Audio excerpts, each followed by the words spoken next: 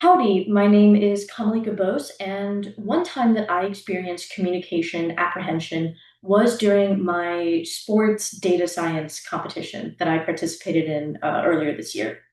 And one of the myths that I used to believe in was that the audience can see exactly how nervous I am on the outside.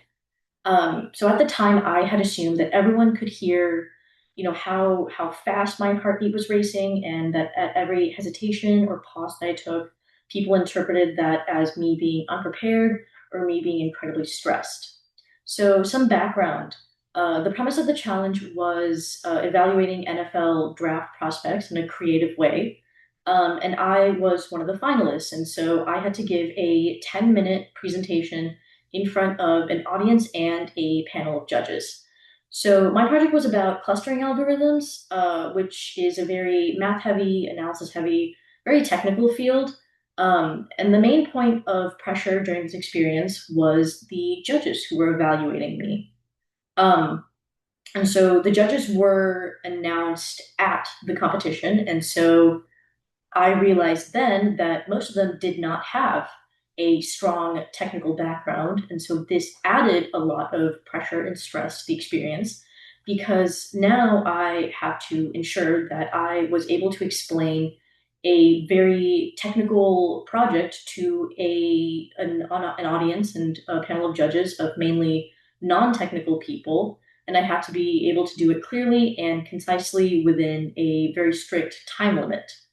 And so, even though I had practiced for several days before the experience, I was extremely aware of every pause or stumble or slight wording mistake that I had uh, on stage, on the podium.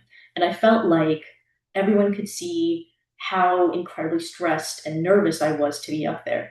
But now, after going through chapter three, I think what I was experiencing was something that's called audience anxiety.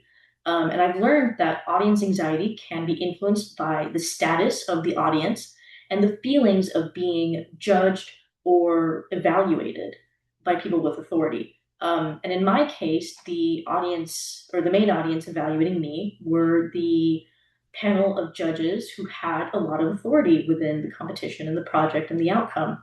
And their opinion of me determined whether I would do well in the competition, whether I would place in the competition.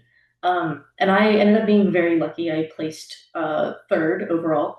But if I had known some of the lessons that I learned today, I think that some of the stress that I was feeling might have been alleviated or redirected. And I could have felt better while I was presenting and performed better ultimately. Thank you.